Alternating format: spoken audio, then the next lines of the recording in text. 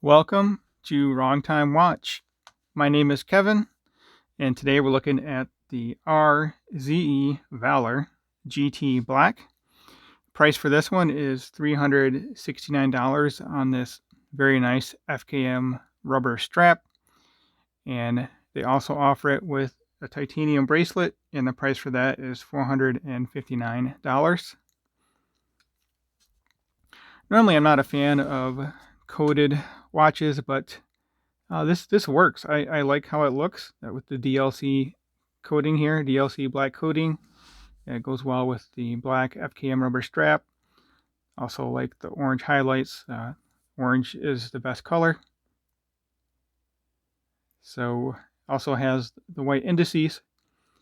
Now this is a quartz chronograph watch, and if you look at the subdials, you will see nothing is moving at the moment. That's because it does not have a running second subdial. The 3 o'clock subdial is your 24-hour indicator. And then on the left, we have the 60-minute timer for the chronograph. So I will push the top pusher here, which will activate the second hand. And it is moving in a mechanical-like manner, hence the name Meca-Quartz. Well, it's not actually called a Meca-Quartz movement, but that's what it's referred to. This is the Seiko VK64, and that second hand is sweeping at 4 beats per second. So not quite a smooth sweep, but also not a typical quartz 1 tick per second sweep either. Also, you can see at the 6 o'clock there is a date window. The dial on this is called a sand texture dial. I'm not really seeing that. It looks more of like a matte finish. But the dial definitely matches with the case. It's a little bit bigger of a watch, but it's kind of hard to see being black coated like this. Hopefully you can see the drilled lugs there, which will ease strap changes, but this actually has a quick release strap, so you don't even need to use those drilled lugs there.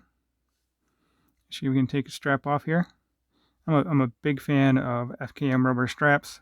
I haven't taken this off yet, but they wear very comfortably on wrist. And the only downside to FKM rubber straps is that they have ruined silicone straps for me. I just can't go back to silicone or resin straps, such as what you would get on Casio watches, the Casio G-Shock or whatever. So let's see if I can quickly put this back in place here.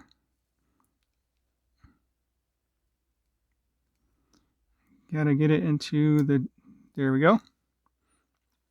Also, we can take a look at the case back here. It's a pretty simple case back. It is titanium though. It is this, well, it's a coating. The Ultra Hex titanium is a hardened coating, hardening process. So this, well, the case back and the watch itself is rated to 1,200 Vickers on the Vickers hardness scale, 1,200 HV. Stainless steel is about, 316L stainless steel is typically about 200. So that means this is 5 times harder than a 316L. Well, 316L stainless steel. So anyway, hopefully you have seen that subdial has moved to, looks like it's 2 minutes and 44, 43, 45 seconds right there. This watch is rated to 200 meter water resistance.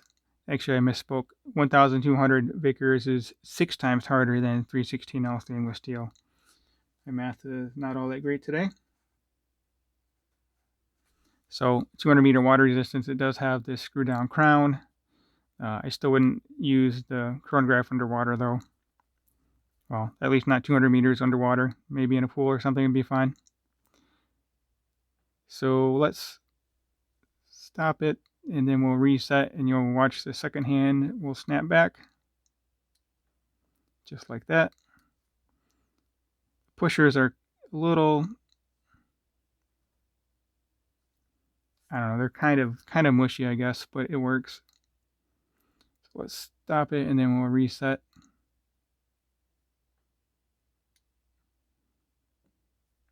Anyway, it is a screw down crown. The crown is also DLC coated, and it is engraved here. If my camera will focus, now let me zoom in. I think it's having trouble with this DLC coating, but you can see the R there. R for RZE. Come on.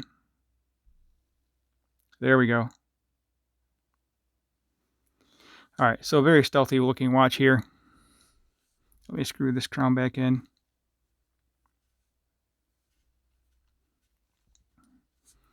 Let's run the chronograph some more. So this is a sapphire crystal with AR coating.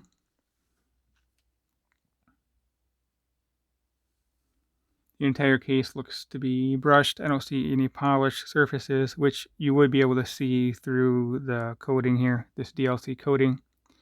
DLC, which is diamond-like coating. All right, so let's talk about the dimensions. The dimensions on the website are a little bit different. They call lug to lug, I think 48, and then the diameter they have at 42. We both have the thickness the same. I measure the thickness at 12.5. Anyway, getting ahead of myself. I measure the lug to lug at 49. Camera focusing issues. Anyway, 49.1 millimeter lug to lug. Case diameter I measured at 44. I measured from about here to here.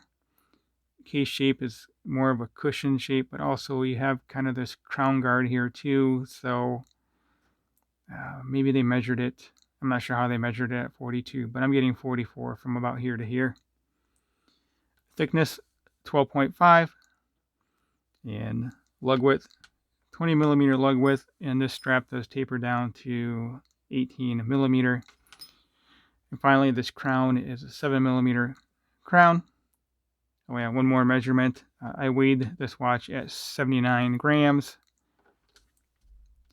I expect it to be lighter, seeing as how it's titanium, and maybe because of the strap, I just expected it to be lighter than what it is. But when I pick up the Endeavor, which is a titanium case and titanium bracelet, that seems lighter in hand, just because I think it has a bracelet and I expect it to be heavier. But anyway, let me...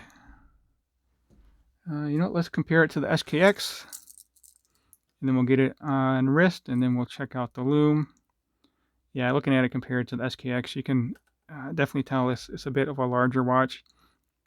SKX is 42 millimeter, but being titanium, it wears fine on wrist. I didn't see any issues with it. It's lightweight. Also, the strap, again, is very comfortable. I don't think I've ever seen or felt an uncomfortable FKM rubber strap. Just because I've been wearing it today. Here it is next to my Tudor Black Bay 58. Yeah, I changed the time on here to 10:10, just for aesthetic reasons, I guess. But yeah, let me get this. If you guys haven't handled FKM rubber, just go to like AliExpress and buy a strap. I think they're 10 to 12 bucks or something like that. I got to order a bunch of them, and just try it out. I think you guys will really like it.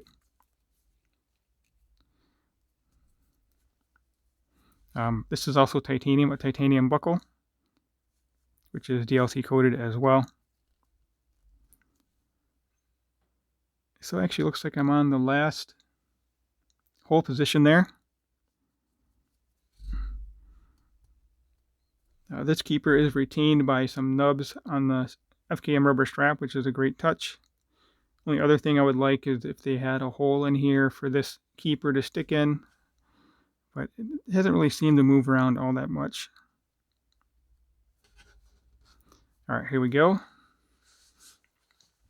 Again, I have a 6.5 inch wrist with the 52 millimeter wristband. 6.5 inches is about 16.5 centimeter. And lug to lug on this is 49.1 millimeter. So from this camera zoom angle, whatever you want to call it, it looks a little big. It looks a little less big by eye. I'll actually zoom out here and we can check that out.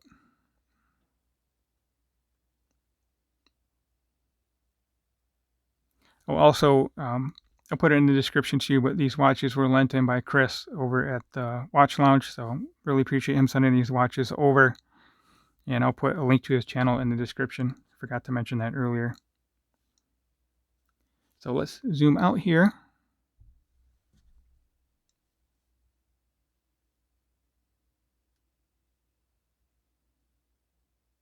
Yeah, it's a fun watch.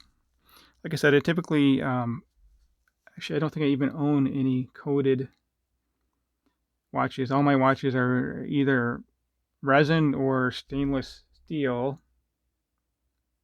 Oh, and I have at least one bronze watch. Yeah, what the heck? I'm looking at it right here. I'll bring it over just for the hell of it. Heck of it. Sorry. Christopher Ward Trident Pro 600.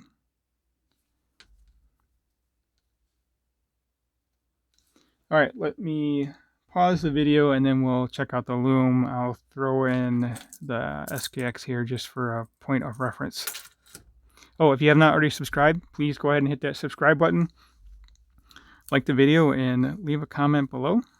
Let me know what you guys think of this watch.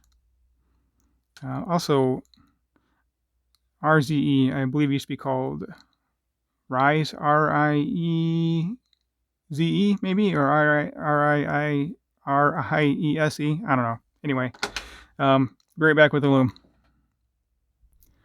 All right, so I forgot to mention the RZE Valour does have Bgw9 Loom, and that does also have applied indices, which I'm sure you noticed during the earlier portion of the video. I just forgot to mention that.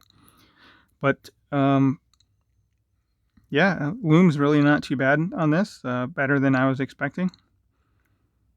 It's not as good as the SKX, but really not that much to complain about for a $369 watch. I think this is what it is listed for. I'll leave a link in the description to the watch as well. So that will conclude today's video. As always, thank you for taking the time. Thank you for watching, and I'll catch you on the next one.